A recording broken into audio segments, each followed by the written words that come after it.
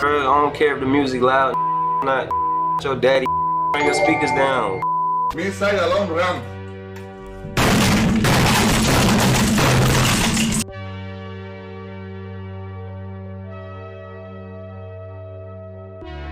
For as long as gaming has been around, there's been a niche community of people that want to complete games as fast as possible.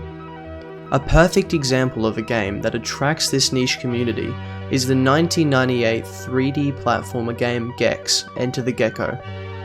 Why Gex? Well, it's probably one of the most difficult video games ever created. The combination of frame-perfect inputs, hardware-intensive elements, as well as the difficulty of getting into the scene, all make it very hard to complete the game, even on its easiest difficulty. However, if you try and speedrun it, or complete it as fast as humanly possible, it becomes a completely different story.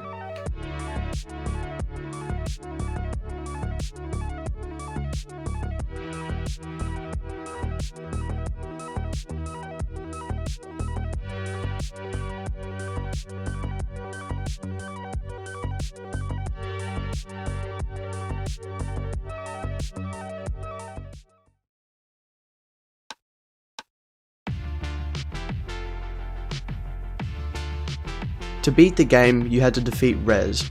Rez is essentially a giant monster who wants to destroy the world using his television powers. Gex is bribed by a group of special agents, after which he travels to the media dimension to fight Rez.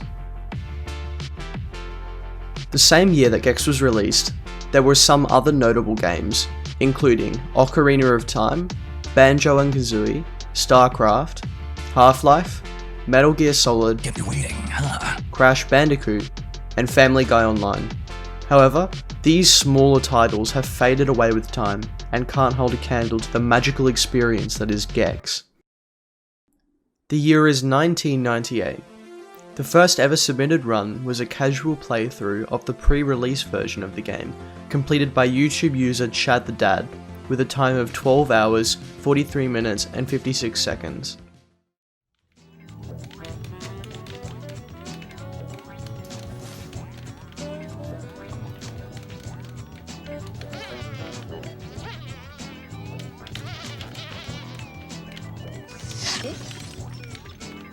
Pardon my tongue, darling. Come over here, you big stud. Yes. Let's go! Yeah! Woo! Yeah! Clock says pilot. A few years after the run, Gex became the centre of a massive controversy in the speedrunning community. People were regarding this first run as something of an enigma, and were divided about whether or not it was actually valid. You see, the speedrunning community had to push the limits of the mind in order to enact the pixel-perfect precision required to not only beat the game, but achieve the theoretical best run possible, the cum% run. Cum% was first discovered in the early to mid-2000s, cum standing for Computer Utilization Magnification. This speedrun not only required the game to be beaten with 0 deaths, but also to find every collectible in order to unlock the hidden boss after the final cutscene. You might think that this is just the normal 100% run, but it isn't really. The 100% run was actually only beatable in the GameCube version. This was due to the missile launcher item that was only obtainable when the demo disc was used, and exclusive to the GameCube. This makes the 100% run only compatible on the console, which really limited the number of people that could try the run, hence why cum% became the standard. While other runs have recently started to increase in popularity, like the infamous jizz%, which only allows tail swings to be utilised, they are still nowhere close to cum%. How does this relate to Chad the Dad? Take a look at this footage, taken from his run. This is some great pace. Holy shit.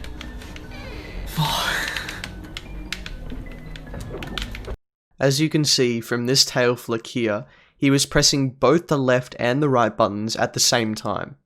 This was an issue because the old PS1 controllers only allowed one direction to be pressed at a time, meaning that Chad the Dad was obviously using a modded controller. This marked the run as somewhere in between cum% and 100%. The run was retimed with the cum% rules in mind, and the time went from 12:43.56 to a 13:41.58. Because of the convoluted rules surrounding other categories at the time, this video is going to be mainly focusing on cum%. It is unknown to this day whether or not Chad the Dad's run was actually spliced or not. However, it can be concluded that all of his runs mentioned in the next part of the video are legitimate. I'll leave it to your discretion for what you make of his first run. A new glitch was found shortly after Chad the Dad's first run, exploiting a game mechanic that was previously thought to be unexploitable. After hacking into the game's files and accessing the game's code, cutscene skip was found.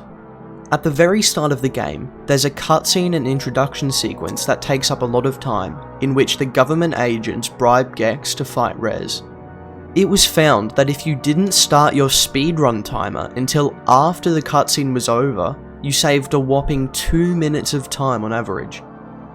This was the first glitch to ever be found. However, it was also the only one that was found in 2 decades.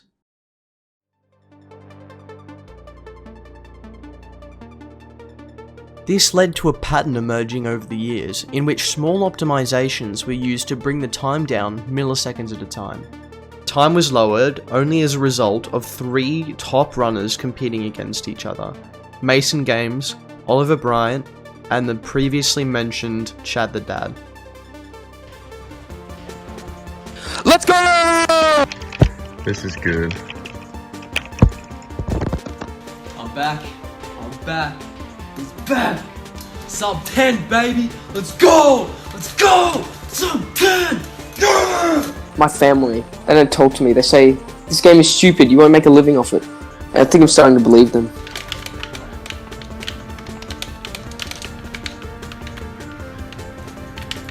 Thanks for the Prime sub, dude, but, you know, I deserve more. Everyone, sub with Twitch Prime now or I'm banning you all. Alright, here it is.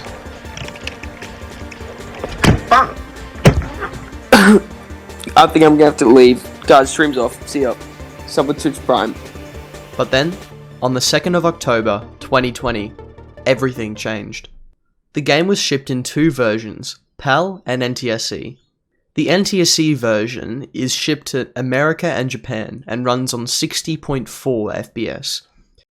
The PAL version runs on 59.2 FPS and was shipped to nearly everywhere else. The PAL version was initially thought superior as it runs at a lower frame rate. This means it's slightly easier to execute certain maneuvers as you have a slightly longer time window. However, there was a revolutionary new glitch found by the YouTube user Sherman using something called a TAS.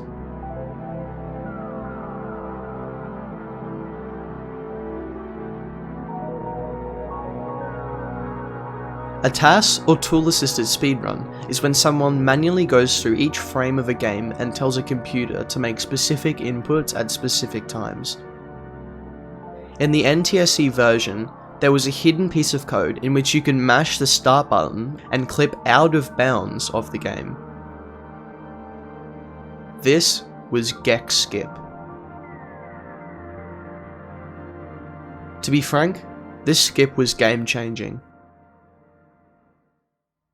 When you went out of bounds, you could enter a specific input to go to the admin room, which was a place used by the programmers to test the game. This admin room had a portal that led directly to the final boss fight of the game. All the player had to do was pull off the glitch and fight the final boss. This glitch was so easy to complete that if you were playing Gex that fateful day, you had a realistic chance to take the world record for yourself.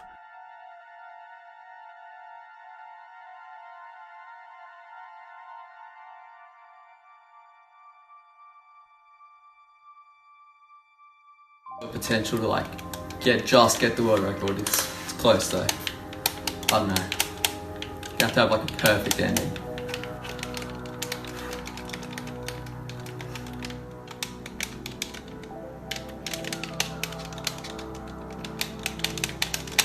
Damn, the chat's going crazy right now. Holy shit.